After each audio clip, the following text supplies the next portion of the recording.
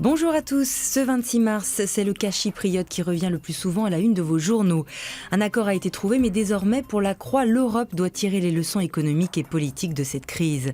Pour Le Monde, une des leçons, c'est qu'il y a une impossibilité pour l'Europe à gérer des économies aussi asymétriques que l'allemande et la chypriote. L'aberration, peut-on lire dans l'édito, c'est Chypre dans la zone euro, pas le reste. Les Échos reviennent aussi sur ce plan de sauvetage, véritable remède de cheval imposé à Lille et qui fait peur aux banques.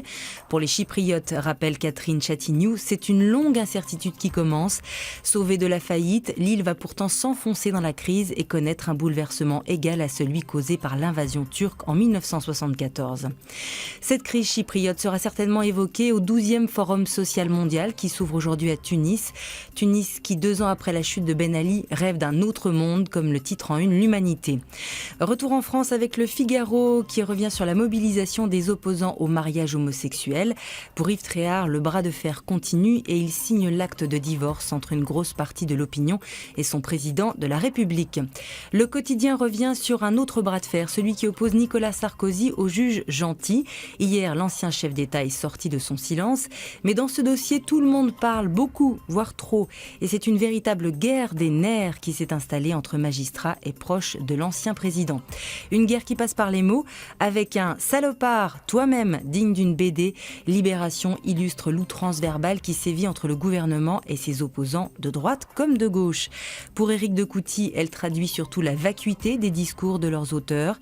La parole des politiques s'est tellement décomplexée qu'elle en a perdu de sa valeur, analyse un historien.